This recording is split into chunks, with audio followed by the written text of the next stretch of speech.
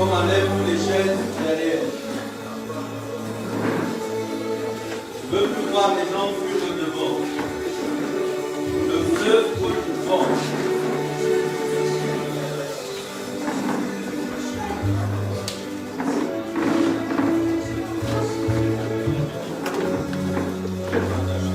L'onction agit.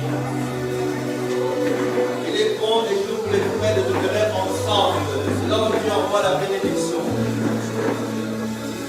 Et cette bénédiction, c'est ce qui rassemble et qui rend tout le monde d'un même cœur. Donc s'il y a les places de l'eau, il ne faut pas voir les gens derrière.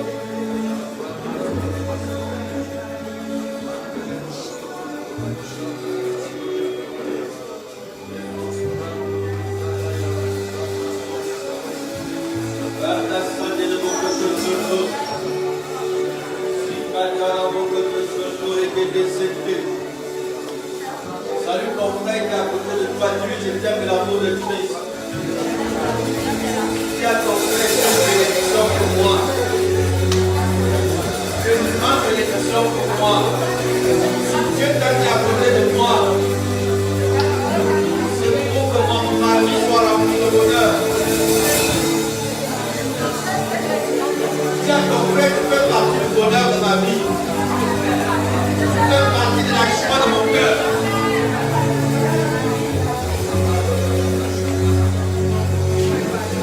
J'aime quand tu es à côté de moi.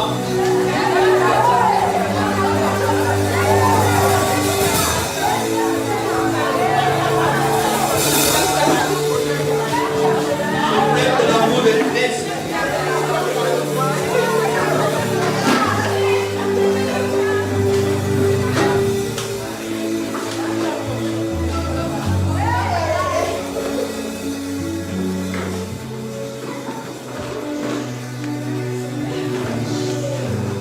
Cette harmonie d'amour.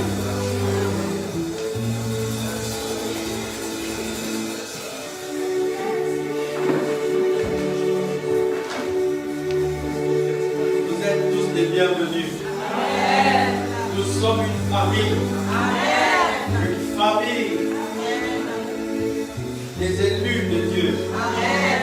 Une famille du sacerdoce royal. Nous ne sommes pas de ce monde, mais nous sommes citoyens célestes. Et c'est ainsi que nous avons été envoyés pour impacter ce monde, cette terre. Et tu es la solution de Dieu sur la terre. Amen. Et cette solution, c'est pour que tu communiques la vie à quelqu'un. C'est pour que tu relèves quelqu'un en difficulté. C'est pour que tu sois le bras de quelqu'un qui est amputé. C'est pour que tu sois les yeux de quelqu'un qui est aveugle. C'est pour que tu sois les oreilles de quelqu'un qui est sourd. C'est ainsi cet amour qui brûle entre toi et frère va t'amener à constater que non. Si nous ne sommes pas nombreux, il y a encore nombreux qui sont dehors. Et il faut les amener dans la maison.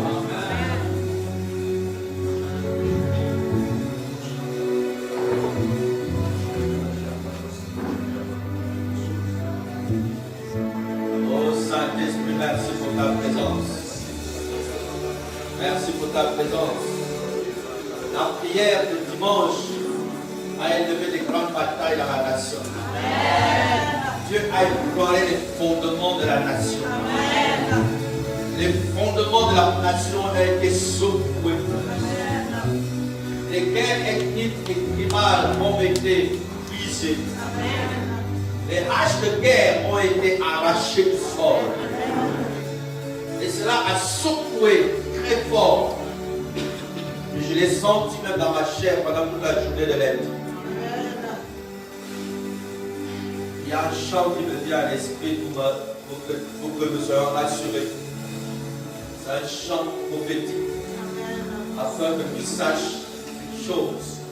Dieu t'a établi comme une tour forte au milieu de la nation. Amen. Ils te combattront, mais ne pourront jamais te vaincre. Comme s'élève contre toi, tu tomberas sur ton pouvoir. Amen. Et sera écrasé par la main puissante de l'Éternel. Ah oui.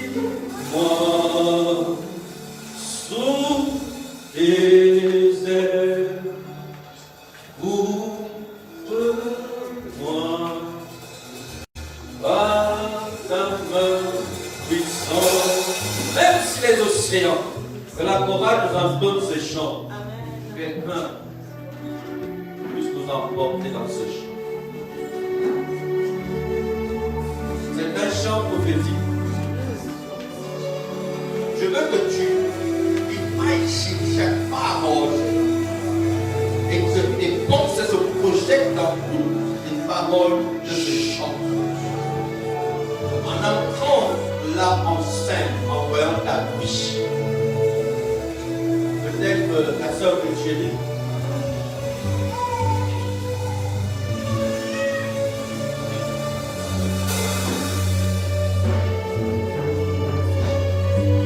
Elle avance un peu.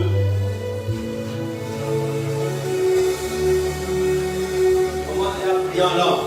C'est un chant prophétique. On va déclencher quelque chose.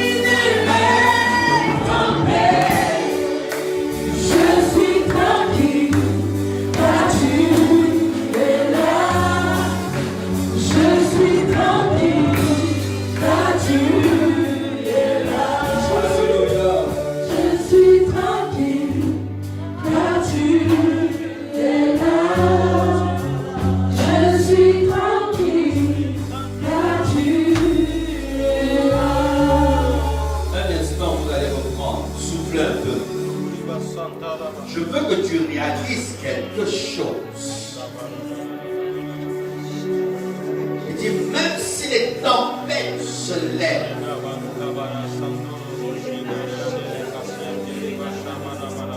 quelles sont les prédispositions de ton cœur par rapport aux tempêtes? Les tempêtes n'est pas ce que tu crois physiquement. C'est pas parce qu'il pleut, qu'il y a le tonnerre. Non. Les tempêtes, ce sont des situations difficiles qui s'élèvent autour de toi. Qui s'élèvent là où tu es. Dernièrement, le frère Songa qui est en voie. Tu as vécu des tempêtes. C'est ça les tempêtes. Tu as vécu des tempêtes. Donc on avait dit que les gens ont voulu court-circuiter ta vie. Ils se sont levés. Ils t'ont emmené dans les tribunaux pour qu'on t'entraîne en prison. Sans que tu aies un seul mot à dire. C'est ça les tempêtes. Mais après que Dieu t'arrache à la porte de la prison, les tempêtes continuent. Ils élèvent les complots de mort. Est-ce que tu réalises ces chants? Je veux juste que tu réalises ces chants. Il dit, je suis où? Je suis sur le point de temps d'or. Si tu es sur la couvée du Saint-Esprit, tu peux te toucher. Si tu es sur la couvée de l'onction, tu peux te toucher. Les tempêtes peuvent se lever au point où les gens se mettent en coalition contre toi. Dans ton travail, quelqu'un se lève et excite tout le monde contre toi. C'est une tempête. Dans la famille, on excite tout le monde contre toi. C'est une tempête. Et parfois même à l'église, on excite les gens contre toi. C'est une tempête. Mais quelle est les prédispositions de ton cœur? C'est ce que dit ce chant. Il dit, je suis tranquille. Parce que je sais que tu es là. Ésaïe 30 verset 15. C'est dans le silence et la tranquillité que sera votre force. Nous avons dit que ne laisse pas ton âme s'agiter. Jean 14, premier verset, que ton âme se trouble point. Croyez en Dieu. Quand il dit que ton âme se trouble point, quelle est l'assurance? L'assurance sur quoi? Si ton âme s'agite, tu vas entrer dans les flottements. Les flottements vont amener des étincelles. Et tu vas brûler toi-même. Réalise l'impact prophétique de ce chant. Les gens ont pu susciter des situations financières pour essayer de t'emporter. Ce sont des tempêtes. Où est ton assurance? Où est ton assurance? Tu comptes sur quoi? Tu comptes sur qui? Tu comptes sur tes efforts, sur ton travail, sur tes moyens. Alors médite ce chant. Projette-toi dans ce chant.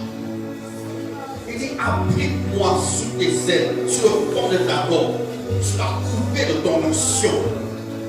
Comme la mer couvre ses poussins, je suis sous tes ailes. Il dit, même si les océans se lèvent, même si les gens se lèvent contre moi, même s'il y a des situations, même s'il y a des problèmes, même si des tribulations atteignent mon corps et qui descendent à mon corps, des symptômes qui m'ont envahi de partout, j'ai dit c'est une tempête et je suis serein. Je ne cours ni à gauche ni à droite. Je commence lève-toi, éternel Dieu des armées, dans Somme 68. Lève-toi et que tes ennemis se dispersent. Que tes ennemis fuient devant ta face.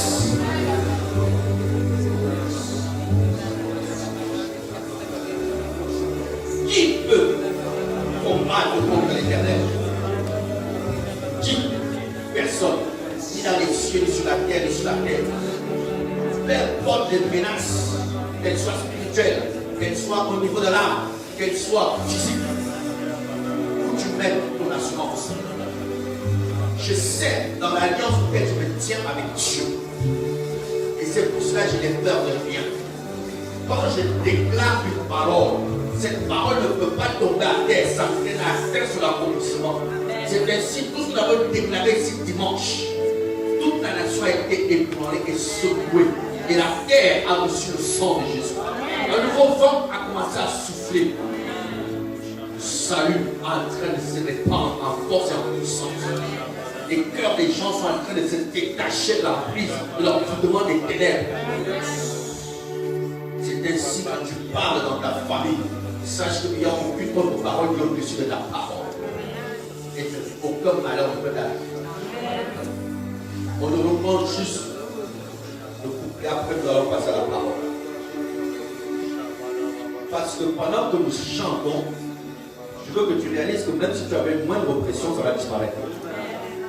Même si tu avais une moindre maladie, ça va disparaître. J'avais à cœur de prier, briser l'oppression contre l'Église par rapport aux esprits territoriaux, par rapport aux puissances sataniques qui assiègent la nation, qui se font lever contre l'arche et les questions de Dieu par rapport à l'arche. Je voulais élever la prière. Et au travers de ce chant, le Seigneur m'a dit, je vais m'occuper. Alors je veux que tu réalises que pendant que les gens se mettent devant, tellement la multitude des ennemis qui se lèvent contre l'arche, ils vont tomber tous un à un jusqu'à l'extermination totale. Parce que l'Éternel se lève au travers de ce chant. Ton défenseur, ton rédempteur, ton salut, ton trésor, ta gloire, il se lève au travers de ce chant pour mener bataille face à ta vie, face au ministère de l'arche. Qu'on nous donne encore ce chant. Commence à prier en langue. Commence à prier en langue. Le mouvement de l'esprit nous mène au travers de ce chant. Les chants nous conduisent.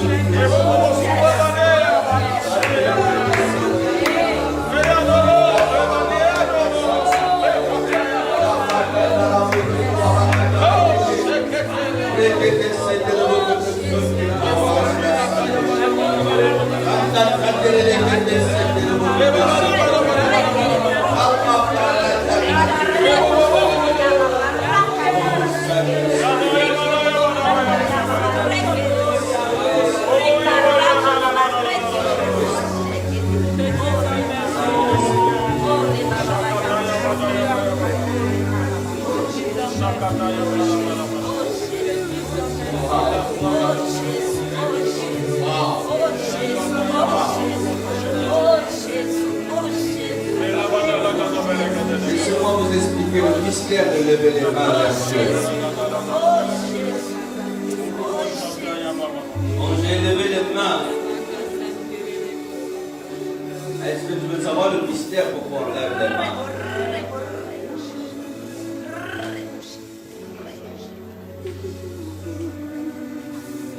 Quand tu lèves les mains, tourne. En fait, tu es en train de dire à Dieu, je n'ai pas d'appui si ce n'est que toi. Je ne compte sur rien que sur toi. Mon âme n'a aucun appui si ce n'est celui qui est en haut. Pour les mains, ça veut dire qu'il n'est rien. Il n'est rien. Et je ne compte sur rien. Je ne compte sur rien que celui pour qui je lève mes mains. Je n'ai point d'appui sur la terre. C'est pour ça que mes mains ne peuvent pas rester en bas. Je ne peux même pas compter sur mon âme. C'est pour ça que mes mains ne peuvent pas rester autour de mon âme. Et pendant que j'étais en train de dire, Seigneur, vois cette multitude qui se lève contre l'arche. Vois cette multitude qui se lève contre ton roi. Il a commencé à parler dans Somme 2, qui dit l'Éternel rit, et il rit, et il se moque d'eux, en disant, sur quoi vous comptez en vous levant contre moi, et contre mon roi, et contre mon église? Sur quoi comptez-vous en vous levant contre l'arche? Et j'entendais qu'il criait. Et c'est ainsi que cette joie envahit mon cœur et mon âme a explosé de joie. Pourquoi? Parce que je me suis rendu compte qu'en fait, j'ai poussé le roi à se lever de son trône et de parler sur la terre. Parce qu'il a compris que je n'ai rien si ce n'est que lui. S'il ne fait pas quelque chose, à qui d'autre irons-nous si ce n'est qu'à lui seul? C'est ainsi, commençant à prendre les choses en les yeux. Mon âme est assurée au point où vous ne pouvez pas imaginer. C'est comme si en un seul instant, il a guéri toutes les peines de mon âme. Il m'a enlevé le retard sur tout ce qui semble ne pas, pour ce que l'ennemi essaie de faire. Pour dire, waouh, Jésus, tu es là, tu es présent. Et tout est accompli. De quoi on restreint? De quoi? De quoi? Et qu'est-ce que l'homme? Dans Isaïe 2, verset 22, si c'est le souffle qu'il y a dans les narines que je peux enlever quand je veux. Un homme se lève contre toi et s'est levé contre Dieu. Alors si je mets appui sur Dieu, Ce don peut disparaître dans les personnes. Il dit, c'est que le souffle qui est dans ses lèvres peut enlever. Pourquoi tu peux m'inquiéter? Qui peut toucher à la prunelle de l'œil de Dieu? Il dit, tu es la prunelle de mes yeux. Personne. Et il t'accorde une grâce plus excellente que toute chose. Il a donné de tout ce qu'il a, son esprit. Alors lève les mains là où tu es. Comme quelqu'un qui dit haut les mains. Parce que si tu vas baisser les mains pour te suspecter, vous avez dit quoi? Tu comptes sur quelque chose. Et si tu lèves les mains en disant Seigneur, c'est toi mon amour, c'est toi mon secours, c'est toi ma force, c'est toi que je lève l'adoration et la passion de mon âme. Je ne compte sur personne d'autre si ce n'est que toi. Lève les mains plus haut comme tu n'as jamais levé. Si c'est les épaules qui te font mal, ces épaules vont être guéries. Lève les mains et dis Seigneur, c'est toi mon appui, c'est toi mon secours, c'est toi ma richesse, c'est toi ma gloire, c'est toi à qui je me confie, c'est toi que je trouve la guérison. Mon âme trouve le repos et la guérison en toi. Mon âme trouve le secours en toi. Si tu n'as rien sur tes mains, lève les deux mains. Il ne faut pas qu'une main reste en bas. Lève les deux mains. Symbolise. Commence à parler au Seigneur. Commence à parler au Seigneur. Commence à dire au Seigneur. Les gens vont plus me désoler, mais on va dire que c'est toi mon amour. Les gens vont plus me ridiculiser, mais on sait que c'est toi mon amour. Les gens vont froisser. Les gens vont insulter. Ils vont dire que c'est toi mon amour. Les gens vont dire, est-ce que tu me connais? Tu connais qui je suis? Moi je ne connais que je ne suis rien, mais c'est Jésus qui est ma vie. C'est Jésus qui est mon secours. C'est Jésus qui m'apporte. C'est Jésus qui est mon trésor. C'est Jésus qui guérit mon âme. C'est Jésus qui restaure mon âme. C'est Jésus qui me nourrit tous les jours. C'est Jésus qui m'énerve tous les jours. C'est Jésus qui m'établit à la tête des nations. Celui qui me donne la supériorité sur toutes les nations de la terre. C'est lui qui est ma sécurité. Même si les appels se lèvent, je ne crains rien. J'ai l'assurance. Je sais qu'il est là. Je lève les mains vers lui. Tout me viendra le secours. Le secours me vient de l'Éternel. Et après les cieux et la terre, à qui toute chose appartient. C'est de lui que vient le secours de mon âme. La consolation, la guérison, la restauration de mon âme. Oh Jésus. Jésus. C'est mon appui. De la joie de mon âme. De la réjouissance de mon âme. De la réjouissance de ma vie. Jésus, je t'aime. I love you. I love you, Father. I love you, Father. I love you, Jesus. I love you, Jesus. I love you, Holy Spirit. I love you, Holy Spirit. I love you. I love you. I love you. I worship you. I worship you. I worship you. I love you. I love you. All my soul, I love you. All my spirit, I love you. All my body, I love you. I love you. Oh my God. Oh my God. Oh my Lord, I love you. I love you. I love you. I love you. I love you. Oh, je t'aime. Je t'aime, Jésus. Je t'aime, Papa. Je t'aime, Saint-Esprit. Je t'aime, Jésus. Je t'aime. Je t'aime. Je t'aime. Je t'aime. Oh, Alléluia. Gloire à Jésus. Gloire à Jésus. Gloire à Jésus. Gloire à Jésus. Gloire à Jésus. Gloire à Jésus. Gloire à Jésus. Le Saint-Esprit est en train de travailler dans le feu de l'amour de ton esprit. Il touche ton âme, il touche ton corps. Tout ce qui était abîmé, il répare. Parce que le lien de l'amour l'a attiré. Il touche ton âme pour guérir les profondeurs, les douleurs, les plaies de ton âme. Il touche ton corps. Là où il y avait des anomalies, là où il y avait toutes sortes d'imperfections dans ton corps. Il touche. Oh, merci Saint-Esprit. Merci Saint-Esprit. Merci Saint-Esprit. Merci Saint-Esprit. Merci Saint-Esprit. Merci Saint-Esprit. Merci Saint-Esprit.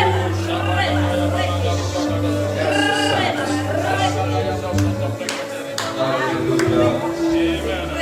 Gloire à Jésus. Tu es précieux. Tu es magnifique. Tu es excellent.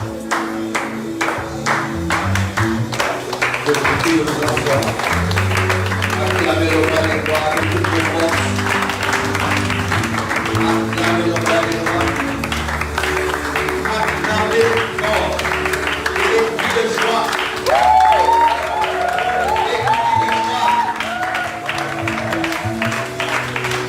Acclamez le roi des rois.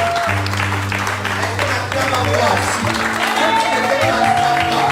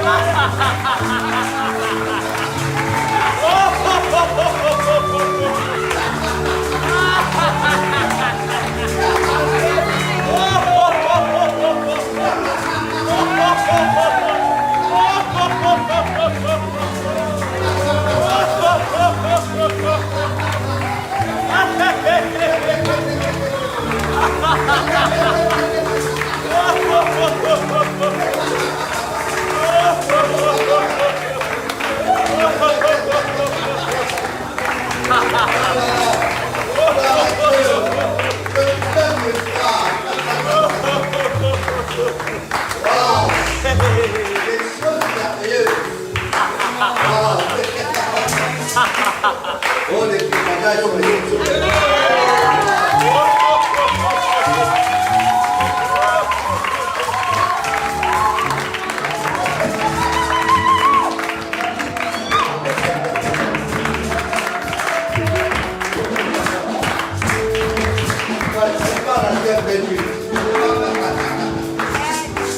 Fallait pas rater le culte de ce soir. Ceux qui vont nous regarder dans le système médiatique, ils vont demander, ils sont fous. Ils savent pas ce qui se passe ici.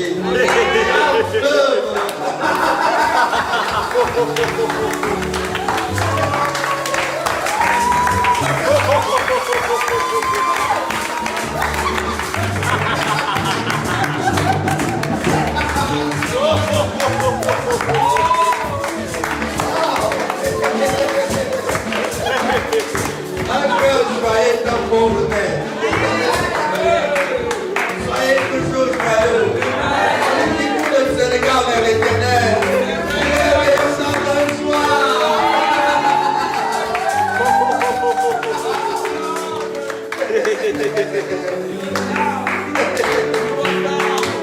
Oh, Saint-Esprit, tu es merveilleux, tu es glorieux, tu es magnifique.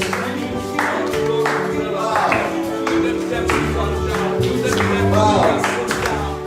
Wow. Oh Jésus. Jésus. Wow. Que c'est merveilleux. Que c'est merveilleux. Quelle grâce. Quel privilège. Wow.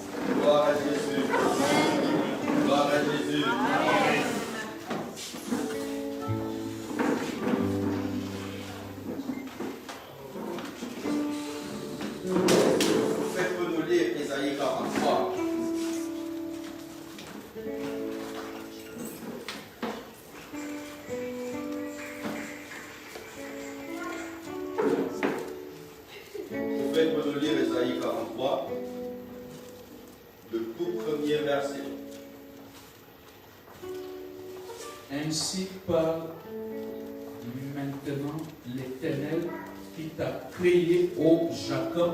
On recommence. Ainsi parle l'Éternel qui t'a créé, ô Jacob.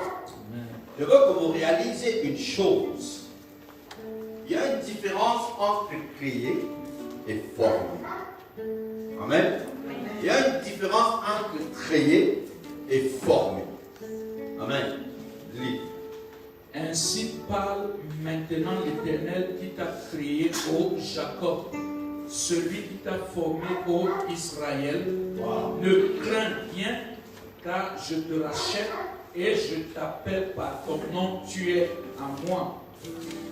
On va le lire la suite après. Amen. Amen. On peut rester debout. Amen. Attention, hein?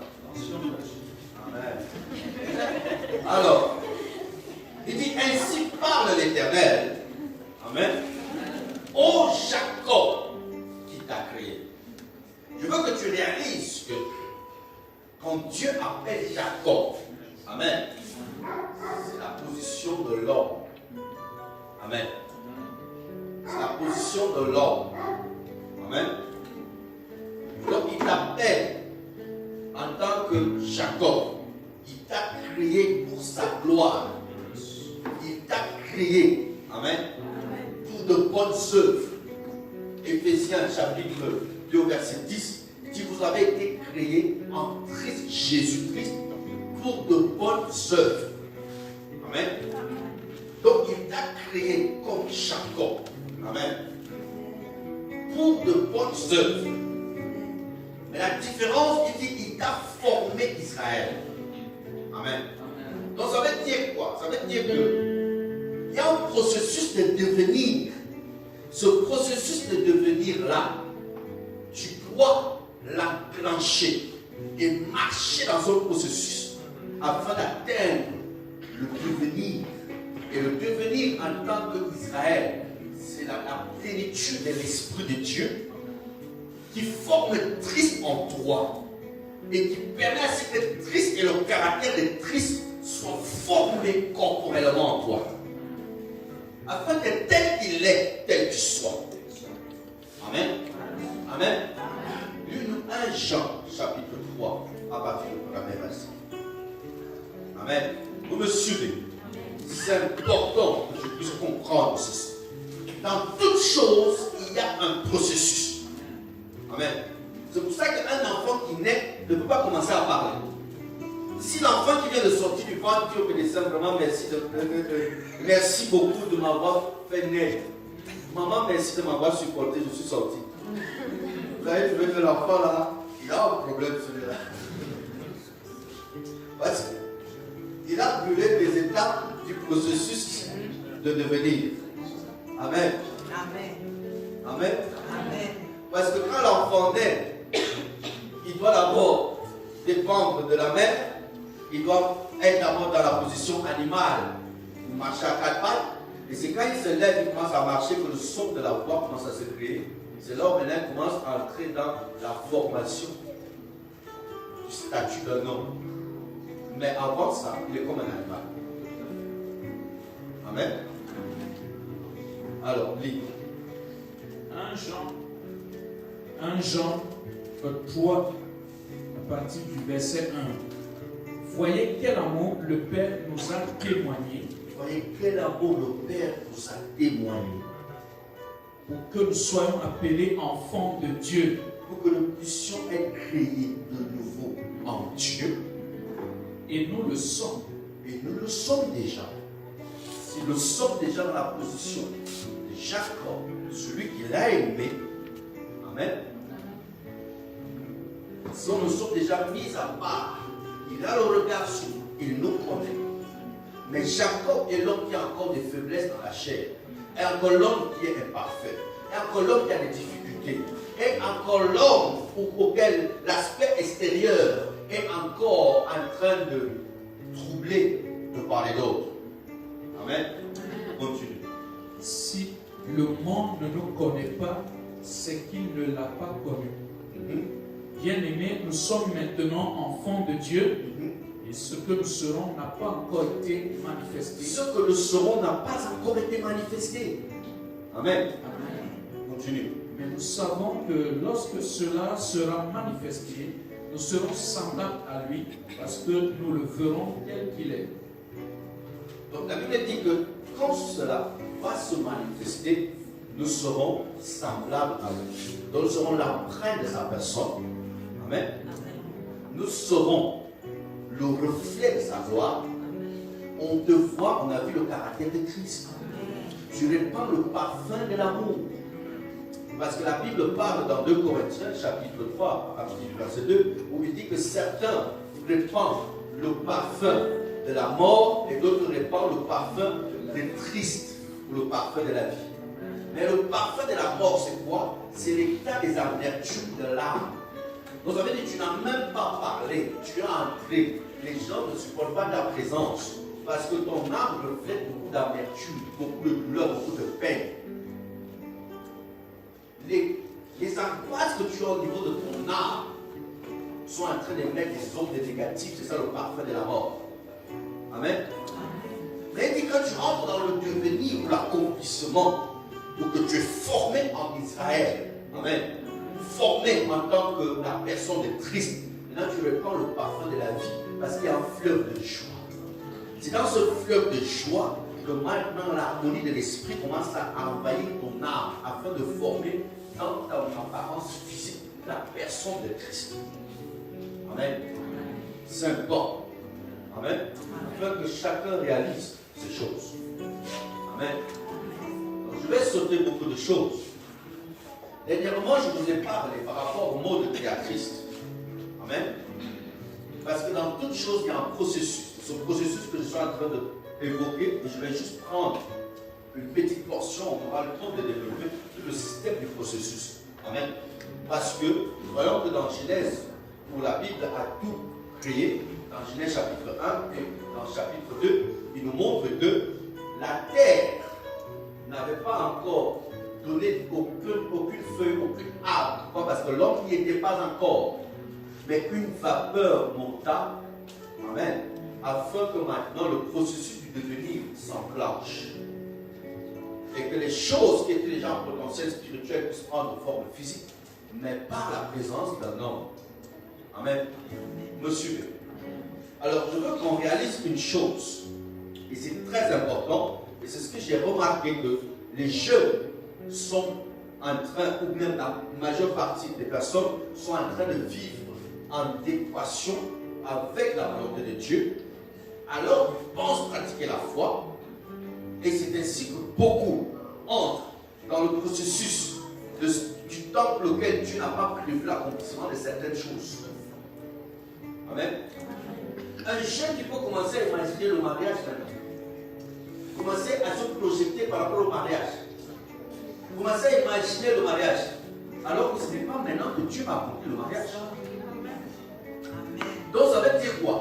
Ça veut dire qu'entre-temps, dans le processus de la création intérieure, par rapport à ton imagination et tes pensées, amen, tu es déjà en train de suspirer par rapport à quelque chose que Dieu va accomplir dans 5 ans ou dans 10 ans.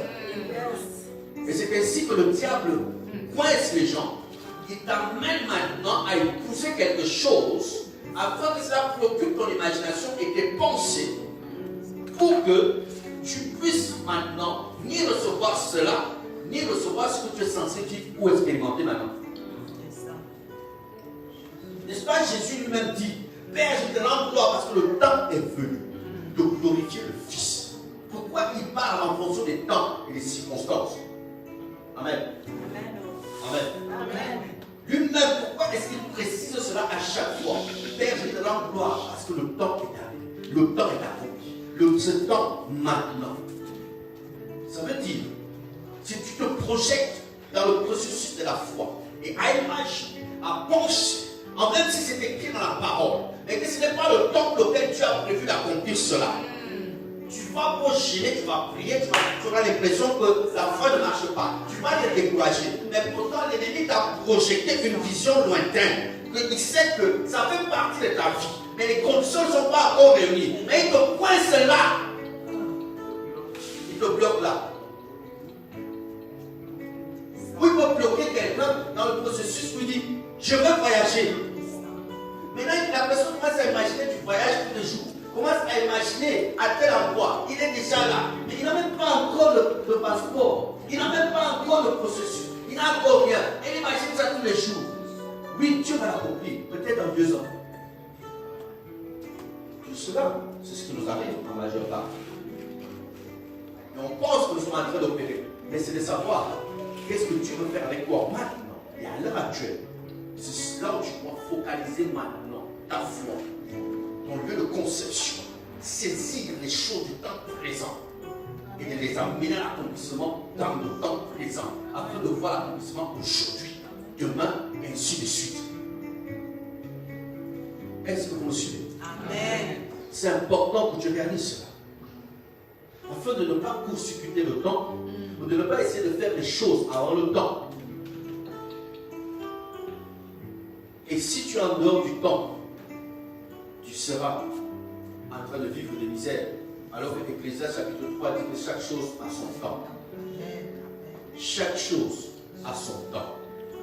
Mais quand le temps d'accomplissement est là, la conviction du Saint-Esprit est là, il te donne le réma, la révélation qui accompagne chaque élément de cela, afin d'entrer dans le processus de la création au niveau intérieur, de vivre cela au niveau de l'esprit, et que cela puisse être un moyen de conception au niveau de l'âme, et de voir l'accomplissement immédiat. Et c'est important. Et c'est ainsi que la vie de beaucoup de gens sont retardées, et les prières de beaucoup de gens n'aboutissent pas. Et c'est des prières qui vont aboutir peut-être dans 5 ans ou dans 10 ans. Et même quand Dieu finit par accomplir ses prières, dans ce moment-là, il n'est même plus conscient que comment est-ce qu'il avait prié. Amen. Il ne faut pas que ce soit ton cas. Amen. Tu dois savoir qu'est-ce que Dieu veut maintenant. Qu'est-ce que Dieu veut faire avec toi maintenant. Si tu vas accomplir maintenant, il y a un processus de formation, il y a un processus de devenir. Si le succès arrive avant la préparation, tu ne peux pas garder le succès en permanence. Tu vas le faire. Tu vas le faire.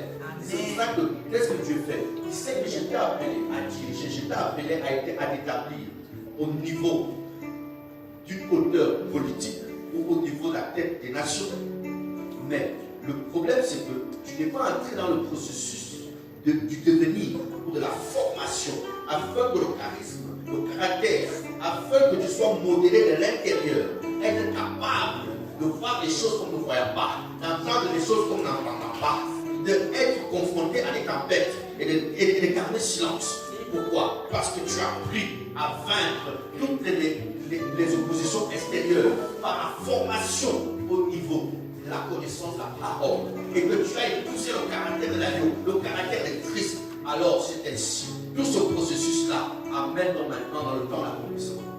Mais entre-temps, Dieu te dit, voilà, tu seras un grand prophète des nations. Mais entre-temps, tu es déjà prophète. Tu n'as même pas encore compris c'est quoi un prophète. Tu n'as même pas encore compris les enjeux même qu'un prophète doit supporter. Être prophète, c'est plus difficile que vous ne pouvez pas l'imaginer.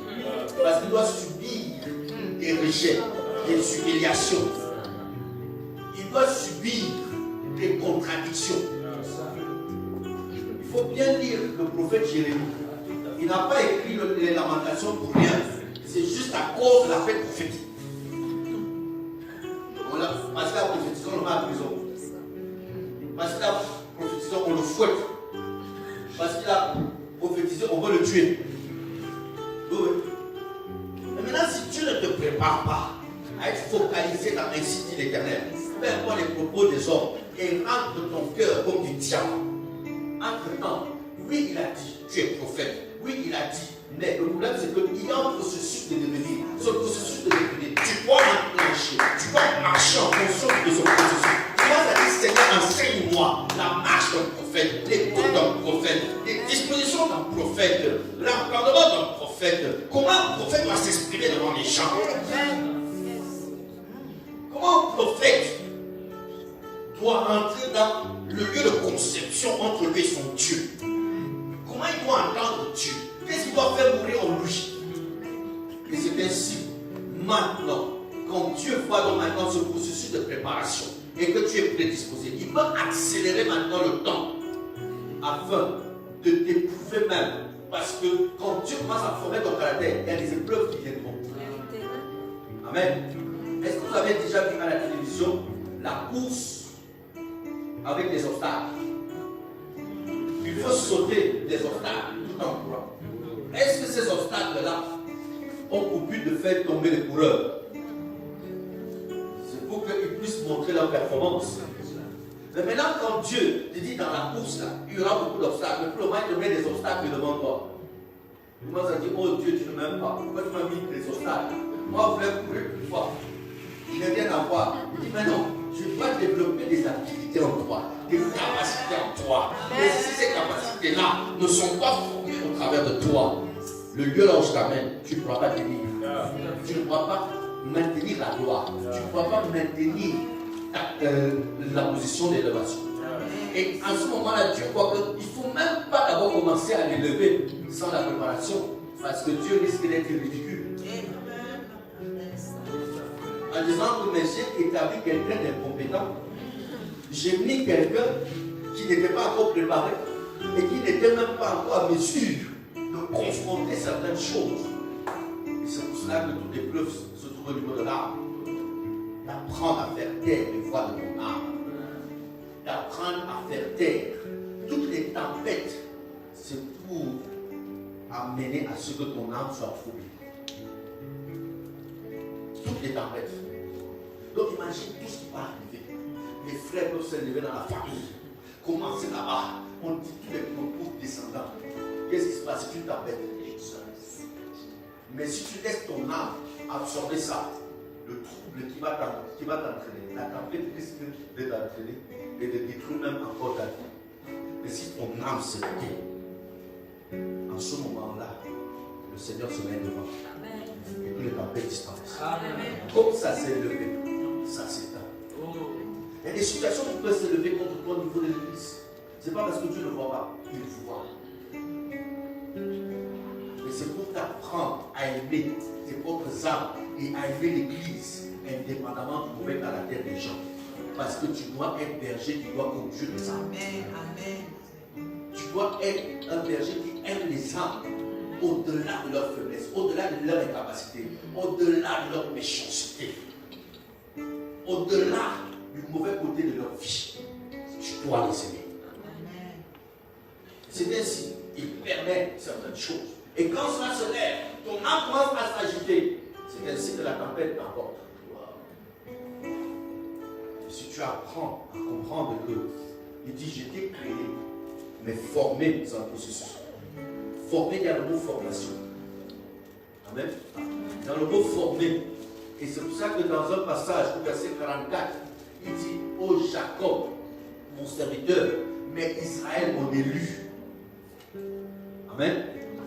Pourquoi il dit mon élu? Ça veut dire que tu es passé au travers des élections avant de porter le statut d'Israël, qui est la révélation de la divinité de Dieu parmi les hommes. Alors c'est important de comprendre que dans toute situation dans la vie, il y a un temps pour lequel tu dois être formé pour atteindre l'accomplissement du statut parfait de Christ. Et c'est dans ce statut-là que Dieu maintenant a prévu ton élévation, que Dieu a prévu la gloire du don du ministère, le don prophétique, le don de guérison, le don d'impacter les foules avec des signes, des miracles, auxquels Dieu est facile, mais Dieu apparaisse. Le don d'impacter à travers du don de puissance d'opérer les miracles. Mais il y a tout un processus de formation. C'est pour cela que dans ce devenir-là, ne pas chercher à vivre l'accomplissement sans que tu le sois dans la formation, l'accomplissement au niveau intérieur. Sinon, les années vont passer et tu ne seras jamais prêt pour atteindre le résultat que Dieu aurait voulu. Mais les anniversaires passent. Et c'est ainsi. Ce qui est important pour Dieu, c'est de comprendre quel est le processus de mon devenir, quel est le processus de mon accomplissement. Qu'est-ce que tu veux tuer encore à moi? Qu'est-ce que tu veux faire mourir encore à moi? Ne pas commencer à imaginer ou bien concevoir des choses dont le temps n'est pas encore, les conditions du temps ne sont pas encore réunies. Mais qu'est-ce que Dieu veut pour ta vie maintenant? Il veut être formé en toi. Alors, ouvre-lui l'espace de ton cœur. Commence à entrer dans le processus de développement de tout ce qui n'est pas de lui. Déraciner tout de tout ce qui n'est pas de lui, avant qu'il te présente aux nations. Et après cela, quand il te présente aux nations, ce n'est plus toi qu'on voit, mais c'est lui qu'on voit. Toutes les nations vont te désirer. Toutes les nations vont t'appeler. Les avions, même, tu vas te fatiguer de les parler. Monter, descendre, tu vas te fatiguer. Que tu demandes même un visa, parce que tu veux seulement aller pour un mois, ou d'autres 2 ans. Tu vas même là-bas, tu demandes même le visa, digital, tu prends même 5 ans. Je dis, mais est-ce que vous êtes que va aller avec ça? Pourquoi? Parce que tu es entré dans l'accomplissement. Pensez-vous qu'en Dieu, il y a des frontières, il y a des limites? Est-ce que pour Dieu, il y a une nation? Non. Donc ce qui est important, quel est le processus de devenir? Ne reste pas dans simplement, il t'a créé pour être comme lui, pour être à son image, mais la ressemblance est le processus du devenir. Amen. Alors c'est là où maintenant tu dois comprendre, Seigneur, quels sont, en ce temps, qu'est-ce que tu veux de moi? Qu'est-ce que je dois faire? Alors il va te ouvrir la connaissance, il va te mettre dans un processus de travail. Et si tu le fais sérieusement, ça va aller très vite. C'est ça l'accélération de la destinée. C'est ça l'accélération du processus. Tu peux demander à ton Seigneur, Seigneur, je veux des millions, je veux des centaines de millions, tu imagines même des millions. Mais Dieu te dit, si je te donne 1 milliard là maintenant, on te fera plus avec ça.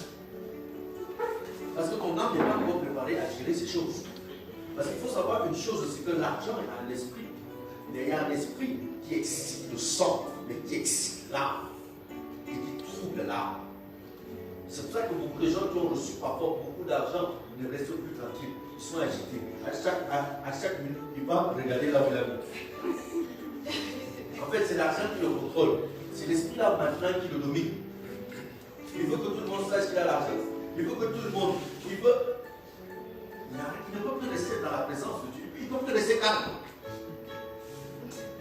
Ça veut dire qu'il faut d'abord que Dieu t'amène à dompter le monde des esprits, à dompter toutes les situations, à dompter et à régner au-dessus d'eux, à imposer maintenant, afin que peu importe ce que tu as, ton âme est calme, ton âme est sereine, ton âme ne s'agit pas, ton âme n'est pas troublée. Toutes ces choses, tu les regardes comme des choses éphémères, des choses futiles, et la seule gloire n'est que lui. La seule importance n'est que lui. Ne jamais donner de l'importance à ce que tu vois. C'est pour ça que je m'attaque jamais à te demander de l'argent. Et je le fais même pas. Parce que je sais que je suis riche. Et je possède. Mais il m'a dit aussi une chose. Si les gens n'apprennent pas à donner, ils vont demeurer pauvres. Si les gens n'apprennent pas à donner, ils vont demeurer pauvres. Parce que c'est quand ils posent des sacrifices devant l'autel qu'ils sont en train de sacrifier une partie de leur âme. Et quand tu apprends donc maintenant à sacrifier du grand montant devant l'autel de Dieu, c'est ainsi que tu peux mourir ton âme par rapport à l'amour de l'argent. C'est là où maintenant Dieu peut t'amener à être de plus en plus riche.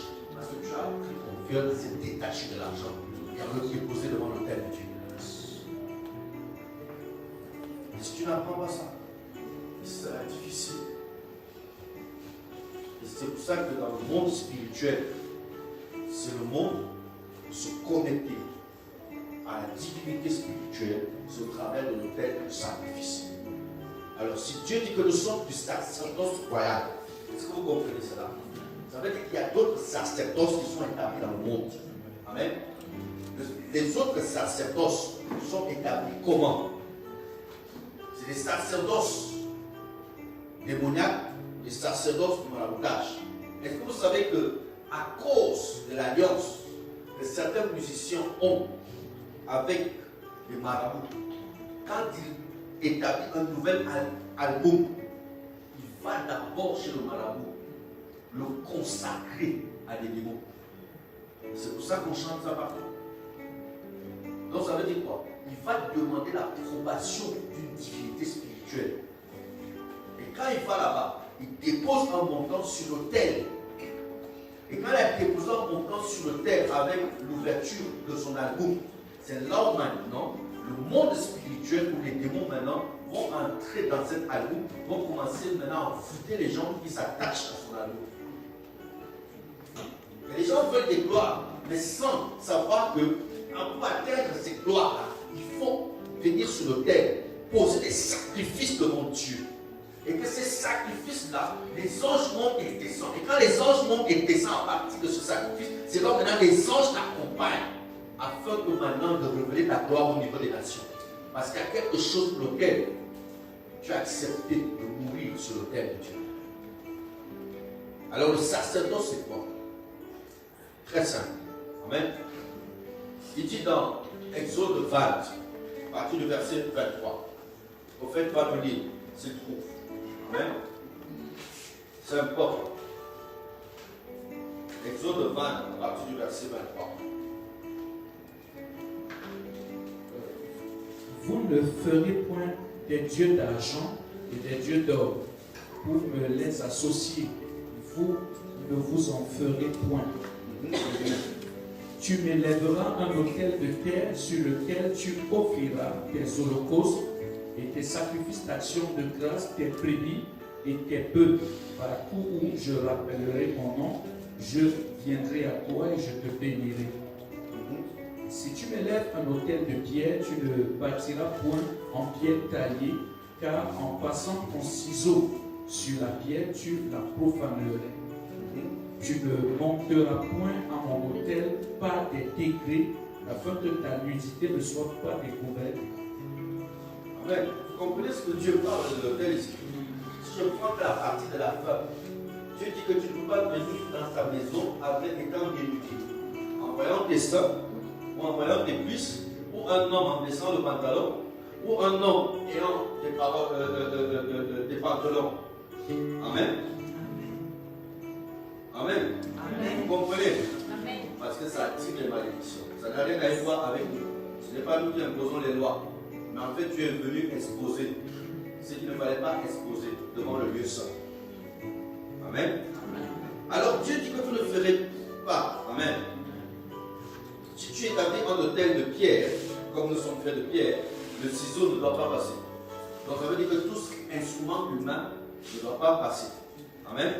Mais ici, j'aime bien le verset 23 et le verset 24 que nous allons un peu toucher. Amen. Il dit, tu ne feras point de dieu d'argent, de dieu d'or, pour me les associer. Amen. Vous comprenez? Donc il dit que c'est ainsi. Les gens maintenant qui vont établir des autels dans les sacerdoces sataniques, c'est pourquoi? C'est pour offrir leur vie afin d'entrer en connexion avec des dieux étrangers. Et que ce soit maintenant ces dieux étrangers qui prédominent dans leur vie et qui prennent le contrôle non seulement de leur vie, mais aussi de tout ce qui s'associe à eux. Amen. Donc, si Dieu dit, vous allez m'élever un autel. Un autel, c'est quoi? Le sacrifice, en fait, c'est quoi? Le sacrifice permet de faire asseoir un pouvoir ou un règne, ou à faire asseoir une autorité. Amen. Donc ça veut dire, dans le sacerdoce royal, le sacrifice royal, c'est pour ça qu'il dit que tu ne peux pas aller voir un sacrificateur les mains vides. Amen. Parce qu'il faut quelque chose qui est déposé sur le tête. Et à ce niveau-là, le sacrifice permet à ce que tu mets sur l'autel en fonction de la valeur de cela, c'est l'estime que tu as au niveau de ton âme. Amen. Et quand cela est posé sur l'autel, ça permet à ce que tu puisses te connecter à une divinité. Amen. Et ici au verset 24, dis-moi encore le verset 24. On va le prendre peu à peu. Donc, quand maintenant tu mets le sacrifice, quand la divinité maintenant agrée à ce sacrifice, il dit quoi? Je viens graver mon nom au niveau de ta vie. Amen. Et quand Dieu grave son nom, ça veut dire que là où il y a son nom qui est gravé, les anges montent et descendent et amènent l'accomplissement du programme de Dieu par rapport à ce à quoi tu as offert le sacrifice. Amen. Lis-nous, 24. Tu m'élèveras un autel de terre. Donc un autel de terre, l'homme est fait de terre. Amen. Donc ça veut dire que le premier sacrifice, d'abord, c'est d'abord soi-même. Le fait que c'est soi-même, c'est d'abord un abandon total vis-à-vis de Dieu. Amen. Afin qu'il n'y ait rien physique qui a plus d'importance que Dieu par rapport à ta vie et à ce que tu fais. Amen. Continue. Tu m'élèveras un autel de terre sur lequel tu offriras tes holocaustes et tes sacrifices d'action de grâce, tes brebis et tes bœufs. Partout où je rappellerai mon nom, je viendrai à toi et je te bénirai. Et il dit que à partir de là, qu'est-ce qui se passe? C'est là où je viens donc mettre mon nom. Amen. Je viens mettre quoi? Mon nom. Et quand je viens mettre mon nom, j'ai agréé au sacrifice. Et il dit, je viendrai à toi. Et à partir de là, je te bénirai. Amen. Je te bénirai. Et il ne peut pas avoir de connexion d'une grâce, d'un privilège dans le monde spirituel sans qu'il y ait un sacrifice. C'est pour ça que toutes les personnes qui vont chez les marabouts, ils vont te demander un sacrifice. Que tu le veux ou pas, c'est la loi du monde spirituel. Et les gens ont cette prompteté d'aller offrir à des démons, d'aller offrir chez les marabouts, chez les féticheurs, parce qu'ils croient au résultat, alors que ce sacerdoce-là n'est qu'un sacerdoce destructif et qui mène à la mort. Mais Dieu qui est le créateur de toutes choses, à qui appartient l'or et l'argent, à qui appartient toute richesse, qu'est-ce qu'il te demande? C'est que tu puisses être capable de lui donner le fond de ton âme. Et en lui disant, je suis venu me détacher de ma pauvreté en sacrifiant ceci. Je suis venu me détacher de mes imperfections en me détachant de ceci. Je suis venu me détacher de mes limitations en sacrifiant ceci. Amen. Donc, pour dire tout ce que je peux être, tout ce que j'ai, ça représente ceci. Et comme ça ne peut pas aider ma vie, ni m'amener à être riche, ni m'amener à devenir quelque chose, je préfère te l'offrir. Et dit, comme tu es venu donc me l'offrir, c'est ainsi que je descends. Et quand je descends, je mets mon nom. Et dit, je viens à toi et je te bénis. Amen. Alors vous devez donc savoir une chose, c'est que au travers du mérite de l'autel, amen, au niveau de l'autel, il y a le mérite, il y a la bénédiction, il y a le salut. Amen. Il y a une quatrième chose. Il y a la vie. Amen. Il y a la vie. Donc pour vaincre la mort, c'est parfois de venir déposer quelque chose sur le terre. Amen.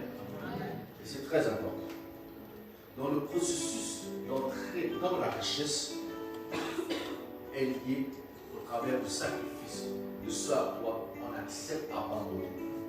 Et c'est là où maintenant, ce que tu as sacrifié, Dieu permet à ce que ces choses ne puissent plus dominer au niveau de ta vie.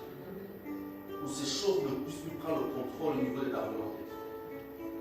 Il va te donner au-delà de toute mesure. Parce qu'il sait que tu connais le sacrifice d'action de grâce, le sacrifice de reconnaissance, le sacrifice du déclenchement d'un processus. Amen. Il dit que celui qui vous enseigne la parole, donnez-lui de vos biens. Amen.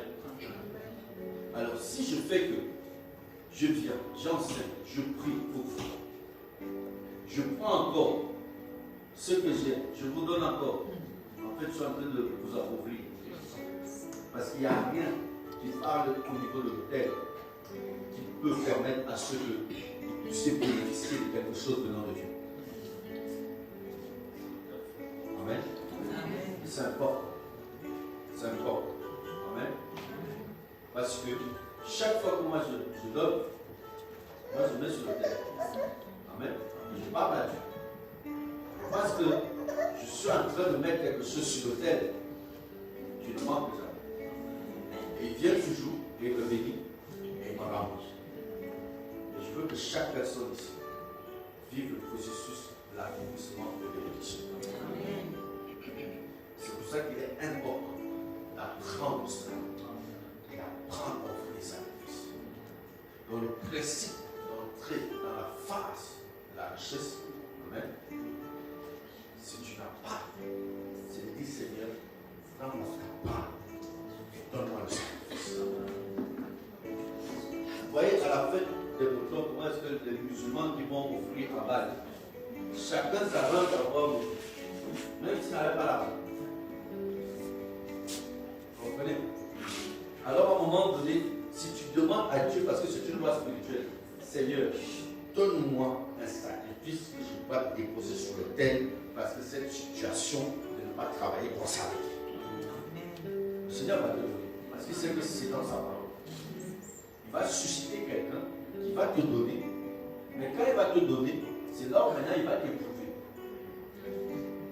Il peut faire que tu reçois 100 000. Tu commences à faire comme un gnagnaste. Je vais avoir 50 000 ici, et puis bon voilà, je vais aussi amener 50 000 là-bas. Vous comprenez? Mais si tu viens avec tous les 100 000, en fait, tu as appris ton âme à mourir. Parce que déjà, tu ne l'avais pas, tu as demandé le sacrifice à Dieu.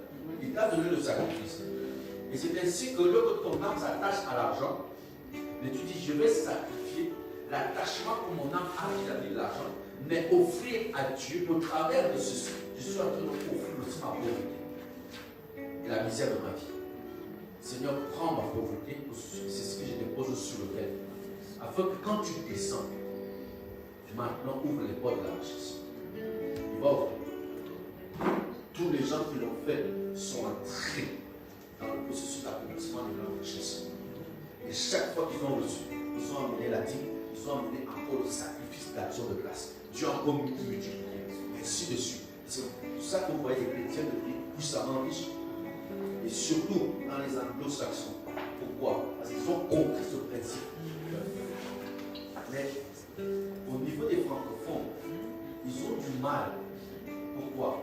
Parce qu'ils s'attachent à l'argent au lieu de s'attacher à Dieu. Amen. Ils s'attachent aux choses qu'ils voient et non de s'attacher à Dieu. Donc c'est important que vous appreniez ce soir. Amen. Entrer dans le processus du sacrifice. On peut nous lire un seul sacrifice qui a fait changer. On va arrêter là. Dans Genèse 8. Un seul sacrifice qui a fait changer la décision de Dieu par rapport aux malédictions sur la terre. À partir du verset 21, 3, 24, 25. Genèse. Oui. Genèse. Oui.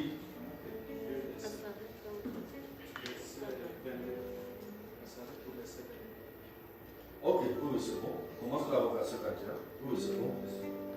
L'Éternel sentit une odeur agréable. Et l'Éternel dit en son cœur, je ne maudirai plus la terre à cause de l'homme. Commence même au verset 20. Parce que je veux qu'on réalise ce que c'est quand Noé est sorti de l'arche, les 8, et avec les animaux qui étaient en couple. Amen. Mais Dieu avait déjà en colère contre la terre. Et Dieu avait maudit la terre. Il n'avait pas maudit l'homme. Donc la terre ne pouvait plus rien produire de bon. Et l'homme ne pouvait plus s'épanouir sur la terre parce que la terre était maudite à cause du péché de l'homme. Donc, Genèse 8, verset 20, Noé bâtit un autel à l'Éternel. Il prit de toutes les bêtes pures et de tous les oiseaux purs, et il offrit des holocaustes sur l'autel. L'Éternel sentit une odeur agréable, et l'Éternel dit en son cœur, Amen. je ne maudirai plus la terre. Voilà. Tu vois, je veux que vous imaginez juste une chose. Il sort de l'arche. Amen. Et en sortant de l'arche, il prend encore les meilleurs animaux. Donc il prive la terre de ces animaux-là. Il pouvait dire, mais non, il n'y aura plus ces animaux sur la terre. Je suis en train de faire une erreur. Vous voyez ce qui coûte à la terre, un choix difficile. Il a dit, si je n'honore pas Dieu, s'il n'y a pas d'autel de sacrifice qui peut attirer Dieu de nouveau sur la terre, afin qu'il change sa sentence vis-à-vis de la terre, même tout le reste là, ça ne sert à rien. Même tout ce que j'ai là ne sert à rien si je n'attire pas le regard de Dieu, s'il ne descend pas sur l'autel afin de bénir la terre. Vous comprenez ça? Tout ce qui pourra avoir de vie. Donc on revient au milieu du verset. Et l'Éternel dit en son cœur, je ne maudirai plus la terre à cause de l'homme, parce que les pensées du cœur de l'homme sont mauvaises dès sa jeunesse. Je ne frapperai plus tout ce qui est vivant comme je l'ai fait, tant que la terre subsistera, les semailles et la moisson, l'eau froide et la chaleur, l'été et l'hiver, le jour et la nuit ne cesseront point. Vous comprenez? Dieu dit quoi? Je ne maudirai plus la terre. Il a senti une bonne odeur. Alors il veut que Dieu sente une bonne odeur. Il y a ta vie. Qu'est-ce qui va dire? Il faut sacrifice sur l'autel. Non, lis le verset 21. Ok. Ah, tu as déjà lu. Je ne maudirai plus la terre à cause de l'homme, parce que ses pensées du cœur de l'homme sont mauvaises dès sa jeunesse. Je ne frapperai plus de tout ce qui est vivant. Amen. L'Éternel sentit quoi? Une bonne odeur. Il dit à son cœur. Et l'Éternel est descendu. Il a changé la malédiction qui a été dite après que Adam et Ève ont péché. Il a maudit la terre. Il n'a pas maudit l'homme. À cause de l'autel du sacrifice, il a changé toutes les malédictions. Il y a des malédictions financières, des malédictions de pauvreté dans la famille qui peuvent être révoquées à partir de toi. Toute une famille change à cause de l'autel de sacrifice, à cause du sacrifice que tu poses devant l'autel de Dieu. Et l'histoire de toute une famille change. Et je veux que tu médites par force, que tu réalises. Il y a des choses, des lois spirituelles, ce ne sont pas au nous. On ne peut pas entrer dans l'accomplissement de certaines choses. On ne peut pas atteindre certaines lois. On ne peut pas voir certaines choses accomplies. Donc, le Seigneur parle à ton cœur. Réalise que l'autel de sacrifice est une partie de toi que tu acceptes de faire mourir. Et cette partie de toi, c'est le mauvais côté de ta vie. Afin que Dieu vienne te faire ressusciter en tant qu'un nouveau homme qui part du lieu du sacrifice pour que quelque chose de nouveau commence. Et je ne donnerai pas à l'Éternel ce qu'il ne m'en rien. Amen. C'est là le déclenchement du processus. C'est ainsi qu'on comprend que la loi des semailles et des bénédictions sont liées au sacrifice. Alors Dieu va t'amener de gloire en gloire pour que tu t'accomplisses en force et en puissance. Amen. Sois béni à vous.